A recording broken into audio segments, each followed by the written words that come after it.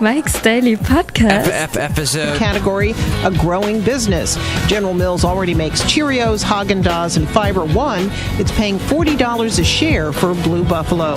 Isn't that interesting? I love that General Mills story we just heard. Episode 1566. I'm your host, Mike Matthews, broadcasting from Café Anyway, located somewhere in Mike's Daily Podcast. Podcastro Valley, Mont, the last place on earth. Today we hear from the Disgruntled Fiddle Player, Benita, and the Brewmaster. Mike's Daily Podcast. I don't want to be a crisis actor, but I want to say this to you. I had a wonderful thing, and this a cue to say these words that I had written down on this piece of paper. It's Friday, short week, but Mike's Daily Podcast. My weekend job. So I thought I was going to have this weekend off because they had told me last week, Mike's well, don't come in Daily because our building Podcast is being worked on by PG&E, so we won't have any power, so you just can't get into the building, so don't even show up. I go, okay, I'll make other plans. And like Wednesday, I still hadn't made any plans yet, and I was thinking about maybe Thursday I was going to call some people and get together and do something. But then Thursday morning, look who just walked in. I see in my emails, oh, disregard that we were going to be closed thing. We're actually going to be open. So can you work? And that's life. That's what people say. Hey, it's some people. Hi, Mark. It's Benita the Rodeo Queen. How you doing? That's a disgruntled fiddle player, tell you what. What? That's life. That's life. That's what all the people say. Yeah. Oh, that's true. And look who else is here. Oh, yeah? Yeah. Wow! Hello, Mike. I make the delicious Irish. Have some. I'm the Brewmaster. Oh, Wonderful Brewmaster, yes. So my theory, and I'm going to try and stop saying so, starting the beginning of every sentence with so, which was an excellent Peter Gabriel album that had, you can have a steam train. And here's today's podcast picture. If you just lay down your tracks, you could have an airplane flying. If you bring your blue sky back, all you have to do is call me. I'll be anything you need. Call me on your banana phone. Ring, ring, ring, ring, ring, ring, ring. Banana phone. Yes, that's correct.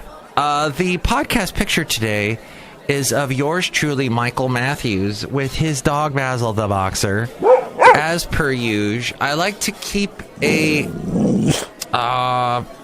what do you call it? Per usual? Usual? Is that how I've shortened down from usual? Because I'm that lazy? But yes, it's a podcast picture of Basil and I in Monterey, which I'm hoping to go back to very soon. I like to go down there. I see some friends, and I enjoy the beautiful scenery. There's so much to see. That's the thing, the Bay Area. I lived in Southern California for a long time, and it seemed like to get to any cool thing, you had to drive. But in the Bay Area, everything seems to be so close. Everything is right next to each other. Hey, I want to go to Golden Gate Bridge, and excluding any traffic, I can get down to Santa Cruz. Well, that is a bit of a drive, but there's so much to see. And I live in Monterey. It's really all clustered together. You got Monterey there. Pacific Grove is very nice. You have deer walking on that cemetery, and then there's a golf course there, and there's the ocean and the big Monterey rocks that you see everywhere and that they tried to recreate at Disneyland, California, which used to be a parking lot, which oddly enough, when I used to go to Disneyland a lot. We went down there and drove from Van Nuys, California, when I lived in the San Fernando Valley. We would drive down to Disneyland, and we would park in that parking lot right next door, which became Disneyland, California. And I remember having this weird dream once that I would be able someday to be at one of those little shops you see at Santa Cruz, one of those boardwalk snack bars. Like if you go to the Santa Cruz boardwalk, there are all these snack bars that sell ice cream, bananas dipped in banana phone. Ring, ring, ring, ring, ring, ring, ring. Banana phone. Bananas dipped in chocolate, sprinkled with nuts. I dreamed I could get one of those in the parking lot of Disneyland, and there'd be like a little ocean right there. I had a dream about that. I had a dream. And it's some awful song. I don't know what I'm singing, but yeah, it was a good tacky. Oh, and there, suddenly one day, about 15 years ago, they created Disneyland California, and there it was. Suddenly, that dream had come true with a little bit of money that was spent by Disney Corporation, and they make some money. Because they own everything. They own every Marvel, Black Panther, that went to Disneyland. That went to Disney this past weekend. The other movies. Star Wars, end of last year, went to them. I have a little bit of the dramatic music from the Star Wars films. And that's all I'm going to play for you. But my point is that my weekend job is so messed up. I thought I was going to have to work. I thought I wasn't going to have to work. I thought I was going to have a weekend off and be able to do fun things with my dog, Basil. But suddenly, now I have to work. So I will have, more than likely, a super secret Sunday show for you this Sunday. Excitement abounds. But it's going to be more than usual. It's going to be wonderful. It's going to be unusual and fun. On Wednesday, somewhere around there, I was walking my dog Basil the Boxer, and I was in Podcastro Valley, and I suddenly see this large pit bull. And in our society, we have been groomed. We have been programmed to be afeared of the pit bull. And I have met this pit bull actually before. His name is Norman.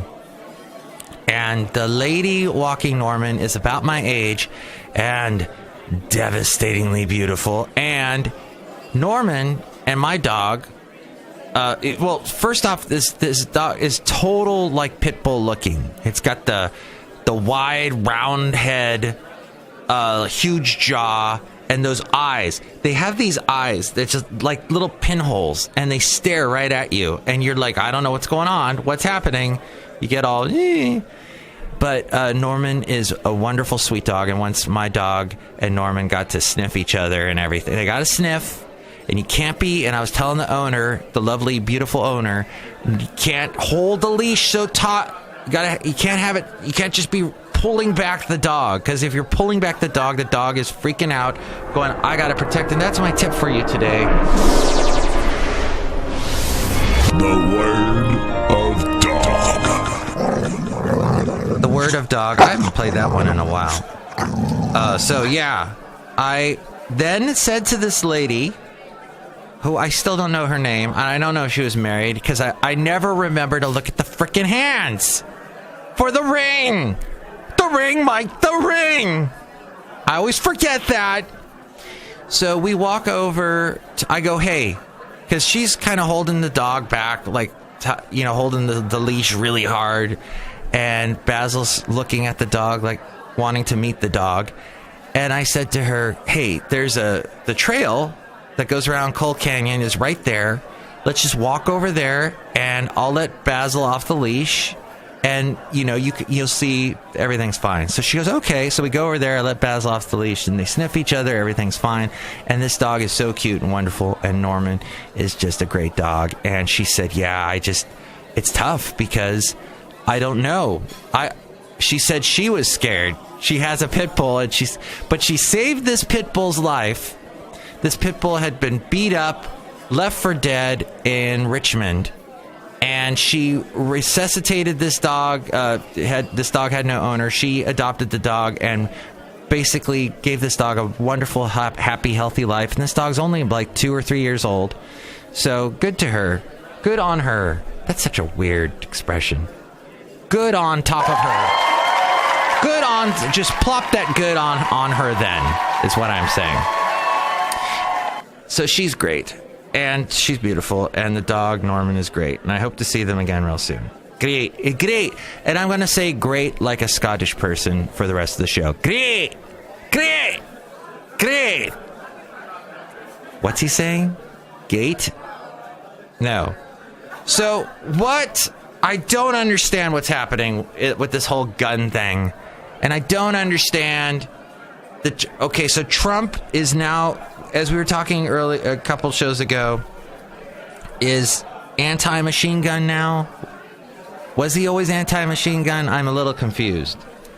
I thought Trump, what are you? I will tell you at the time. I'll keep you in suspense. Yeah, he's talking at C-Spec, C-Pac, C-Smack, C-Peck, whatever the hell that thing is, with all the conservatives, with all the Republicans getting together. Trump's going to talk at it. Oh, and here's something. So the Republicans don't want to lose big in the off-election year, whatever they call it, the election year for, that's not the presidential election year, the election year for your people in the House of Representatives and in the Senate. And so they don't want to lose big. So what do? They invite the head of the NRA to speak yesterday. Oh, that was brilliant. That's brilliant. It really shows you don't give a crap about kids. You don't care at all. And this head of the NRA said, well, we have guns protecting banks. We have guns protecting movie stars, for crying out loud. And we don't have any guns protecting schools. And in the big news today, which you're going to hear all over the weekend news, is about the armed officer security person that they had at the school, at the big Florida school shooting. He stayed in his car during the shooting. He stayed in his car in the parking lot and did not go in to help. So this will be huge. I foresee this will be a big... this will not be good for security guards in general. People that work in security, this will call into question their whole jobs, which it's not an easy job. Yeah, it looks like they sit around all the time. No, they got to walk around the perimeter. They're usually on the overnight. It's tough hours. And then they got to be ready for anything. Be ready for anything. And this guy... girl, I don't know who this was. I don't know this guy's name, but apparently he was not ready for anything. So this will be an interesting topic. I'm sure we'll hear more of. But I was told yesterday. Okay, so I was completely wrong yesterday. I was, as the president says, wrong. Because I said on the last show we were going to have the head honcho stop by. I like that, head honcho, big wig, the big cheese, the grande queso grande. Actually, you don't put the adjective after the noun in Espanol. And the big guy that owns the company that I work for, I saw him for like half a second. I didn't even get to talk to him, but I thought I was going to see people acting awkward around the big cheese, and I didn't see it. I did not see it. I talked about last show. I love watching how people get all awkward around when somebody big in the company is, and they're kind of schmoozing, but then they don't really know what to say. And I didn't see any of that, so I was wrong. I think I work for a company where they don't think that's a big deal, but I was so ready to see it. But I was told, so because the owner showed up in the morning, they made breakfast. They had a nice breakfast tray ready for him, filled with breakfast potatoes. Those are potatoes like in spices, not hash browns, but the other things that are quite delicious. And they're spicy with a little bit of pepper. And then the eggs were prepared. Eggs made like sort of a souffle, almost a like quiche with meat. a meat quiche. I know a lot of quiches are just vegetables and egg, but this was more meat, and real men will eat that. Then there was a nice little yogurt cup with sprinkled on top raspberry, blueberry, and strawberry, a little berry compote, if you will, almost, but not really, on top of a yogurt cup. And this yogurt was so good, and it's good for you because it has cultures, like yours truly, Mike Matthews. And then there was this thing called, what else did they have? Oh, they got Phil's coffee, pretentious hipster coffee, that is made right here in Fremont now. I mean, Podcaster Valleymont. Fremont has a Phil's now that I tried going into. It's always packed. It's always full of hipster millennials on their cell phones, on their mobile smartphones, going doop, doop, doop, doop, doop, just looking down, and they got their fluffy beard or their weird tattoos or piercings and tight clothes, and they're tapping away, talking to or doing emailing or Facebook commenting or whatever crap. And I like Phil's in the pour over. There's one pour over they do that the coffee is the best I've ever had. It's so good. The cup just riveted me. But what they got yesterday and had sitting in the little coffee tank thingy that you pour with the little spigot, is that the word spigot? To allow the coffee out, it was terrible. Oh, I'm like, this isn't Phil's coffee. This isn't what I remember.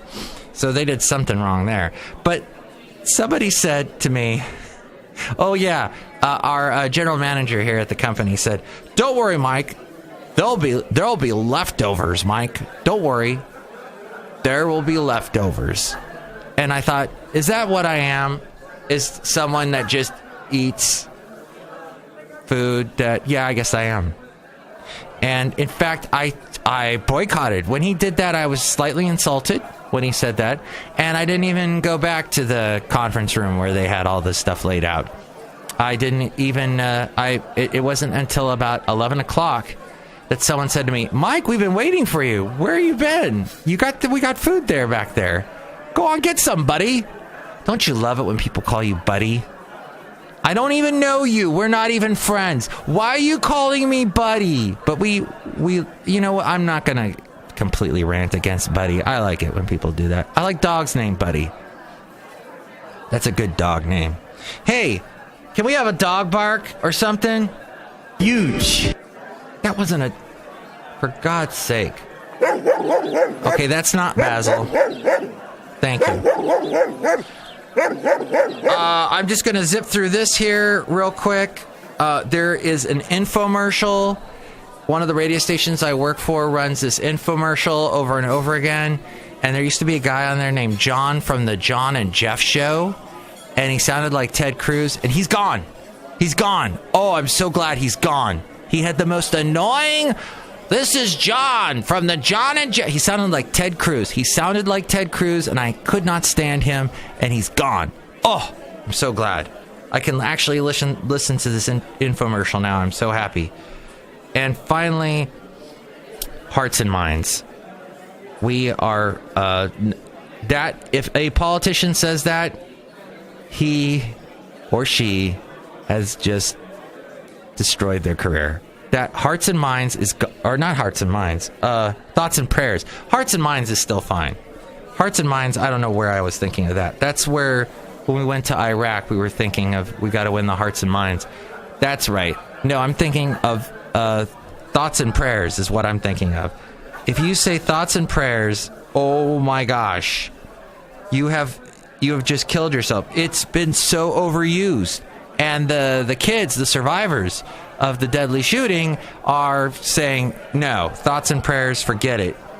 And Trump, over the weekend, when he tweeted about comparing the FBI, saying if the FBI wasn't so involved with my collusion case, something to that effect, they would have caught this gunman beforehand, but and one of the students tweeted, "How dare you try and compare your situation to what happened to us?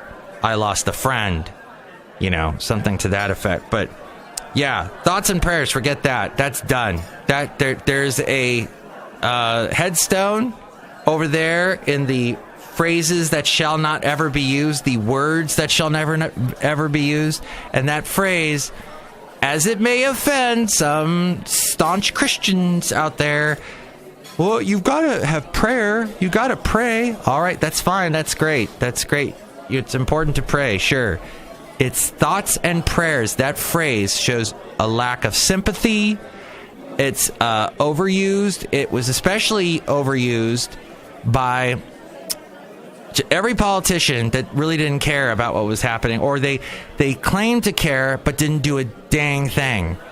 And so thoughts and prayers is done. Every day, postal trucks drop off about 4,000 packages at a U.S. Postal Service station in central Tennessee, where they're unloaded by a team of around 6 USPS employees, U.S. Postal Service. Each person grabs a box, rushes to the only scanning machine, runs the barcode, then places in the proper gurney for its route. The process takes about 10 seconds, and it can be repeated as many as 200 times an hour. This is thanks to Amazon. Amazon is frickin' killing postal service workers. They are shouldering the burden of Amazon. I just thought I would share that with you. There's a story about it in The Nation. And I think this is another thing that is growing in our society, is all of this stuff we're ordering online. It's got to get to us somehow. And you see throughout the Bay Area, independent commissioned white vans zooming around, where these people have, I don't know if they have any credentials, if they even have driver's licenses. They're driving so crappy, and they cut in front of you, and it's dangerous. The FedEx and the UPS trucks are a little bit better, but they can be crazy too. So it's that one of the side effects of the whole Amazon culture in which we live. Actually, this is one other story I'd like to point out. Nicholas Cruz, the horrible gunman that killed 17 people at the Marjorie Stoneman Douglas High School in Parkland, Florida. His dangerous and disturbing behavior was flagged repeatedly to authorities, both local and federal. So stop with the blaming the FBI. There were a lot of people involved, and that's all I hear conservatives. Well, it's the FBI's fault. That's what happened. The FBI's fault. That's how this happened. It wasn't because of guns. Oh, and it's a mental thing. Nicholas Cruz was mentally... No. There, and what is exactly the definition of mental? What is the exact... When there's a problem where somebody should be locked up because they have... we don't know until they've done something horrible like this. It's this story I was listening to on the Daily from the New York Times this morning that just came out today. It talks to someone who would be in the position to interview a Nicholas Cruz beforehand to avoid an incident like this. And what are the questions to ask, and how can you really catch someone beforehand? But apparently, his behavior, Nicholas Cruz's behavior, was flagged repeatedly to authorities, both local and federal, over a span of 2 years. And this began in February of 2016. But no one stopped him before the killings. And they have a timeline on the Miami Herald about exactly when he was... Wow, there's a bunch of entries here. February 5th, something happened. They told Broward Sheriff's of 2016, a Broward Sheriff's Office deputy is told by an anonymous caller that Nicholas Cruz, who was 17 at the time, had threatened on Instagram to shoot up his school. There you go. And posted a photo of himself with guns. The information was forwarded to BSO deputy Scott Peterson, a school resource officer at Marjorie Stoneman Douglas High School.